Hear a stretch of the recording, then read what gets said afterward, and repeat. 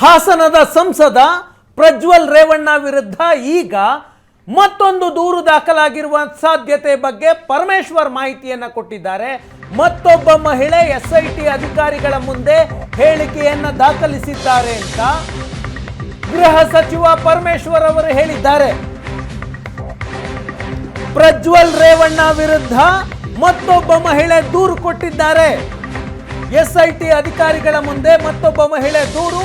ಪ್ರಜ್ವಲ್ ರೇವಣ್ಣ ಲೈಂಗಿಕ ದೌರ್ಜನ್ಯ ನಡೆಸಿರುವ ಬಗ್ಗೆ ಮಹಿಳೆ ಎಸ್ಐಟಿ ಅಧಿಕಾರಿಗಳ ಮುಂದೆ ಹೇಳಿಕೆ ದಾಖಲಿಸಿದ್ದಾರೆ. ಮತ್ತೊಬ್ಬ ಮಹಿಳೆ ಪ್ರಜ್ವಲ್ ರೇವಣ್ಣ ವಿರುದ್ಧ ದೂರು ನೀಡಿರೋದನ್ನ ಪರಮೇಶ್ವರ್ ಅವರೇ ಖಚಿತಪಡಿಸಿದ್ದಾರೆ. ಸಂತ್ರಸ್ತ ಮಹಿಳೆಯಿಂದ ಹೇಳಿಕೆಯನ್ನ ದಾಖಲಿಸಿಕೊಳ್ಳಲಾಗಿದೆ ಅಂತ ಗೃಹ ಸಚಿವರು ಹೇಳ್ತಾ ಇದ್ದಾರೆ. ಮೊದಲ ದೂರು ಹಾಸನದ ಹೊಳೆನರಸೀಪುರ ಟೌನ್ ಪೊಲೀಸ್ ಠಾಣೆಯಲ್ಲಿ ದಾಖಲಾಗಿತ್ತು. ಪ್ರಜ್ವಲ್ ರೇವಣ್ಣ ಮನೆಯಲ್ಲಿ ಕೆಲಸ ಮಾಡ್ತಿದ್ದ ಮನೆಗೆಲಸದ ಆಕೆ ದೂರನ್ನು ಕೊಟ್ಟಿದ್ರು. ಅದರ ಆಧಾರದ ಮೇಲೆ ಎಚ್.ಡಿ. ರೇವಣ್ಣ ಮತ್ತು ಪ್ರಜ್ವಲ್ ರೇವಣ್ಣ ವಿರುದ್ಧ ಲೈಂಗಿಕ ದೌರ್ಜನ್ಯದ ಆರೋಪದ ಮೇಲೆ ಎಫ್ಐಆರ್ ದಾಖಲಾಗಿದೆ. ಈಗ ಮತ್ತೊಬ್ಬ ಮಹಿಳೆ ಎಸ್ಐಟಿ ಮುಂದೆ ತಮ್ಮ ಹೇಳಿಕೆಯನ್ನ ದಾಖಲಿಸಿದ್ದಾರೆ ಅಂತ ಪರಮೇಶ್ವರ್ ಹೇಳ್ತಾ ಇದ್ದಾರೆ. ಈ ಬಗ್ಗೆ ಎಫ್ಐಆರ್ ದಾಖಲಾಗಿದೆಯಾ, ಎಲ್ಲಿ ದಾಖಲಾಗಿದೆ ಆ ಮಾಹಿತಿ ಈವರೆಗೂ ಸಿಕ್ಕಿಲ್ಲ. ಎಸ್ಐಟಿ ಸ್ಪೆಷಲ್ ಇನ್ವೆಸ್ಟಿಗೇಷನ್ ಟೀಮ್ ತನಿಖೆ ಮಾಡುವ ಅಧಿಕಾರ ಇದೆ. ಎಫ್ಐಆರ್ ದಾಖಲಿಸಿಕೊಳ್ಳುವ ಅಧಿಕಾರ ಎಸ್ಐಟಿಗಿಲ್ಲ. ಯಾವುದಾದ್ರೂ ಪೊಲೀಸ್ ಸ್ಟೇಷನ್ ಅಲ್ಲಿ ಎಫ್ಐಆರ್ ದಾಖಲಾಗಬೇಕು. ಹೊಳೆ ನರಸೀಪುರ ಠಾಣೆಯಲ್ಲೇ ಮತ್ತೊಂದು ಎಫ್ಐಆರ್ ದಾಖಲಾಗುವ ಸಾಧ್ಯತೆಗಳಿದ್ದಾವೆ. ಅಥವಾ ಬೆಂಗಳೂರಿನಲ್ಲಿ ಹೇಳಿಕೆಯನ್ನ ಕೊಟ್ಟಿದ್ರೆ ಬೆಂಗಳೂರಿನ ಎಸ್ಐಟಿ ಅಧಿಕಾರಿಗಳ ಮುಂದೆ ಬೆಂಗಳೂರಿನಲ್ಲೇ ಪ್ರಜ್ವಲ್ ರೇವಣ್ಣ ವಿರುದ್ಧ ಎಫ್ಐಆರ್ ದಾಖಲಾಗುವಂತಹ ಸಾಧ್ಯತೆ ಇದೆ. ಸ್ವತಃ ಡಾಕ್ಟರ್ ಜಿ ಪರಮೇಶ್ವರ್ ಸಂತ್ರಸ್ತ ಮಹಿಳೆ ಹೇಳಿಕೆಯನ್ನ ಕೊಟ್ಟಿದ್ದಾರೆ ಎಸ್ಐಟಿ ಮುಂದೆ ಅಂತ ಬಹಿರಂಗಪಡಿಸಿದ್ದಾರೆ. ನಿನ್ನೆ ದಿವಸ ಮತ್ತೋರ್ವ ಮಹಿಳೆ ಕಂಪ್ಲೇಂಟ್ಸ್ ಅನ್ನು ಕೊಟ್ಟಿದ್ದಾರೆ. ಅವರ ವಿಚಾರಗಳನ್ನು ನಾನು ಪ್ರಸ್ತಾಪ ಮಾಡೋದಿಲ್ಲ. ಇನ್ನೊಬ್ಬ ಮಹಿಳೆ ಕೊಟ್ಟಿದ್ದಾರೆ ಅಷ್ಟೇ ಹೇಳ್ತೇನೆ. ಅಲ್ಲ, ಈ ಕಂಪ್ಲೇಂಟ್ ಬಂದಿರೋದು ಎರಡನೇ ಕಂಪ್ಲೇಂಟ್ ಬಂದಿದೆ. ನಾವು ಯಾರು ಮಹಿಳೆಯರು ಇದರಲ್ಲಿ ಭಾಗಿಗಳಾಗಿದ್ದಾರೆ ಅನ್ನುವಂಥ ವಿಚಾರ ಇದೆ, ಅವರಿಗೆ ನಾನು ಭರವಸೆ ಕೊಡ್ತೇನೆ. ನಾವು ಎಲ್ಲ ಪ್ರೊಟೆಕ್ಷನನ್ನು ಕೂಡ ಅವರಿಗೆ ಕೊಡ್ತೇವೆ. ಆ ಮಹಿಳೆಯರಿಗೆ ಎಲ್ಲ ರೀತಿಯ ರಕ್ಷಣೆಯನ್ನು ಸರ್ಕಾರ ಕೊಡುತ್ತೆ.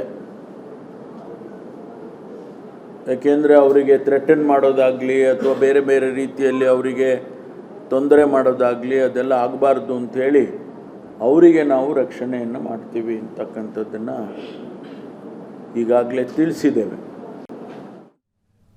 ಮೊದಲ case Hole Narasipura town police station ಅಲ್ಲಿ ದಾಖಲಾಗಿದೆ. ಅದರಲ್ಲಿ ಎಚ್.ಡಿ. ರೇವಣ್ಣ A1 ಆರೋಪಿ, ಪ್ರಜ್ವಲ್ ರೇವಣ್ಣ A2 ಆರೋಪಿ.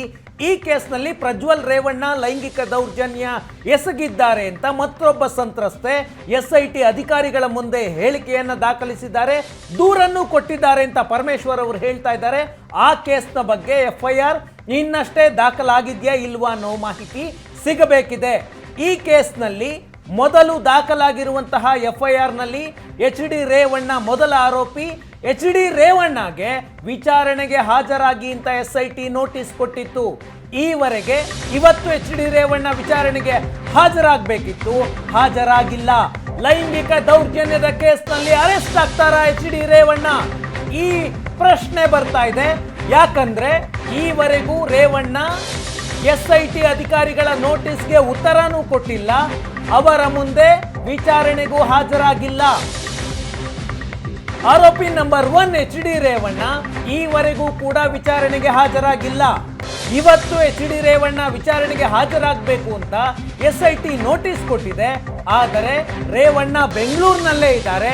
ಎಚ್.ಡಿ. ದೇವೇಗೌಡರ ಮನೆಗೆ ನಿನ್ನೆಯೂ ಬಂದಿದ್ರು, ಇವತ್ತು ಬೆಂಗಳೂರಿನಲ್ಲೇ ಇದ್ದಾರೆ. ಬೆಂಗಳೂರಿನಲ್ಲೇ ಇದ್ರೂ ಕೂಡ ವಿಚಾರಣೆಗೆ ಬಂದಿಲ್ಲ. ಇವತ್ತು ವಿಚಾರಣೆಗೆ ಹಾಜರಾಗಬೇಕಾಗಿತ್ತು, ನೋಟಿಸನ್ನು ಕೊಡಲಾಗಿತ್ತು. ಈವರೆಗೆ ಎಚ್.ಡಿ. ರೇವಣ್ಣ ಎಸ್ಐಟಿ ಅಧಿಕಾರಿಗಳ ಮುಂದೆ ಬಂದಿಲ್ಲ.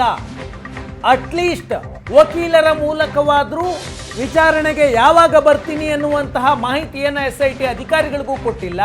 ಈ ವಿಷಯದ ಬಗ್ಗೆ ಜಿ ಪರಮೇಶ್ವರ್ ಅವರು ಮಾತನಾಡಿದ್ದಾರೆ. HD ರೇವಣ್ಣ ವಿಚಾರಣೆಗೆ ಹಾಜರಾಗದೇ ಇದ್ರೆ ಅರೆಸ್ಟ್ ಮಾಡ್ತೀವಿ, ಅರೆಸ್ಟ್ ಮಾಡಬೇಕಾಗುತ್ತೆ ಅಂತ ಪರಮೇಶ್ವರ್ ಅವರು ನೇರವಾದ ಎಚ್ಚರಿಕೆಯನ್ನ ಕೊಡುವ ದಾಟಿಯಲ್ಲಿ ಮಾತನಾಡಿದ್ದಾರೆ. ಈಗಾಗಲೇ 41A ಸೆಕ್ಷನ್ 41A ಇಶ್ಯೂ ಮಾಡಿ, ನೋಟಿಸ್ ಇಶ್ಯೂ ಮಾಡಿ 24 ಗಂಟೆಗಳು ಕಳೀತಾ ಇದೆ. 41A 24 ಅವರ್ಸ್ ಒಳಗಡೆ ಯಾರು ಅಕ್ಯೂಸ್ಡ್ ಇದ್ದಾರೆ ಅವರು ಬಂದು ಅಪಿಯರ್ ಆಗಬೇಕು ಎನ್ಕ್ವೈರಿ ಆಫೀಸರ್ಸ್ ಮುಂದೆ. ಅವರು ಹೊರದೇಶಕ್ಕೆ ಹೋಗಿದ್ದಾರೆ, ಬಂದಿಲ್ಲ. ಸನ್ಮಾನ್ಯ ರೇವಣ್ಣವರು ಬರಬೇಕಾಗಿತ್ತು, ಅವರು ಇವತ್ತು ಬರ್ತೇವೆ ಅಂತ ಹೇಳಿ ಅಧಿಕಾರಿಗಳಿಗೆ ತಿಳಿಸಿದ್ದಾರೆ. ಬಹುಶಃ ಇವತ್ತು ಬರ್ತಾರೆ ಅಂತ ಅಂದ್ಕೊಳ್ತೇನೆ ನಾನು. ಒಂದು ವೇಳೆ ಅವ್ರನ್ನ ಬರದೇ ಹೋದರೆ ಅವರನ್ನು ಕಾನೂನು ಪ್ರಕಾರ ಅರೆಸ್ಟ್ ಮಾಡಬೇಕಾಗ್ತದೆ. ಪೊಲೀಸ್ ಇಲಾಖೆ ಆ ಕೆಲಸವನ್ನು ಮಾಡ್ತಾರೆ. ಸನ್ಮಾನ್ಯ HD ರೇವಣ್ಣನವರಿಗೆ ನೋಟಿಸ್ ಕೊಟ್ಟಿದ್ದೀವಿ, ವಿಚಾರಣೆಗೆ ಬಂದಿಲ್ಲ ಅಂತ ಪರಮೇಶ್ವರ್ ಅವರು ಹೇಳ್ತಾ ಇದ್ದಾರೆ. ಈಗ